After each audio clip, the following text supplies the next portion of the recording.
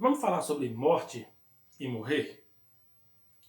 Tem uma passagem na Bíblia que fala o seguinte: nem olhos viram, nem ouvidos ouviram, nem jamais chegou ao coração do homem aquilo que Deus preparou para nós.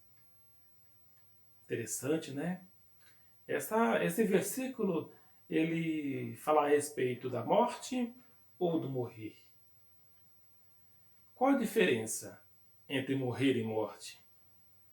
Todas as nações, todas as civilizações, todas as religiões têm uma forma diferente de encarar a morte.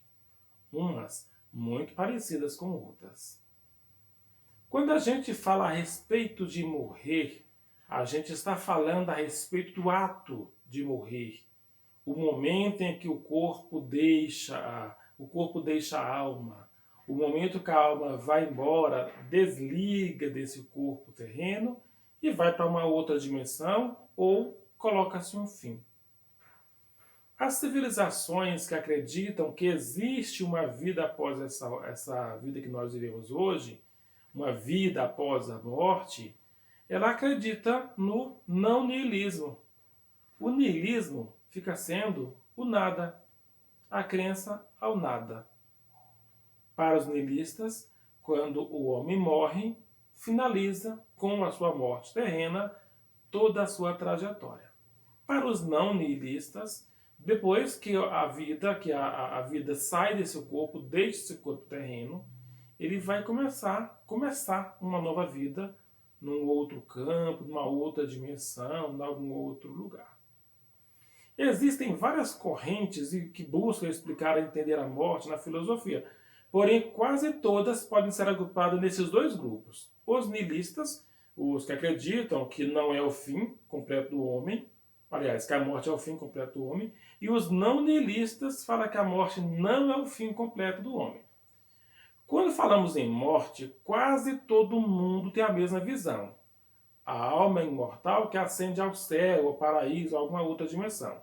E continua viva por aí, depois de nossa morte física. Esse conceito foi criado por Sócrates. E um dos motivos que foi banido da sua vida foi este.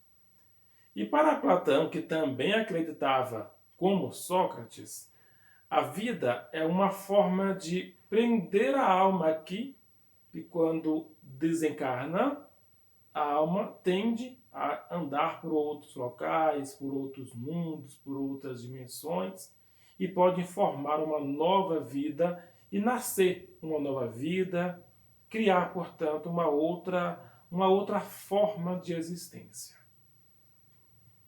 Para a religião, eu vou aqui mencionar uma obra brasileira do Ariano Suassuna, O Alto da Compadecida, em que no momento em que a cachorrinha da mulher do padeiro morreu, o Chicó, ele recitou um poema, um verso, que dizia mais ou menos assim: cumpriu sua sentença, encontrou-se com o único mal irremediável, aquilo que é a marca do nosso estranho destino sobre a terra.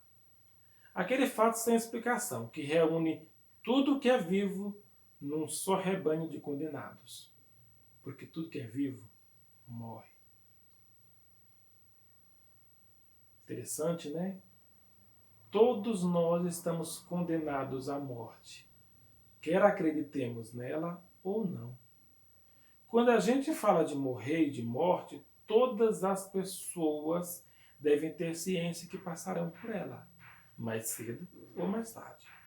Não é porque eu não acredito na morte que ela não exista. Agora, o morrer, aí são outros 500. A Bíblia fala de algumas pessoas que passaram, ou seja, morreram sem conhecer o morrer. Mas na linguagem mais simples da Bíblia fala assim que passaram para o céu, ou para o paraíso, sem conhecer a morte. Na verdade, não conheceram o ato de morrer, mas passaram para um outro lado.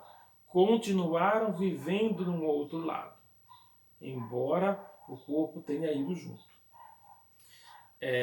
Trazendo para o nosso ponto de vista, eu vou apelar novamente para a religião e vou mencionar a religião aqui, porque nós temos a morte como algo muito sério, como algo muito divino e como algo ligado ao Criador, ao Supremo.